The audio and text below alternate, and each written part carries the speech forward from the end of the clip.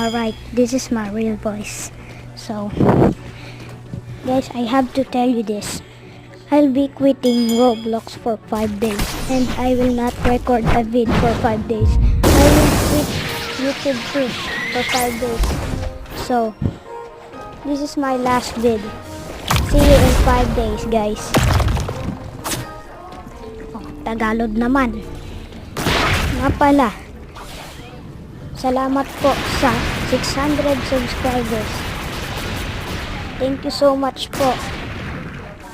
Makikita ko na lang po kayo pagkatapos ng 5 days.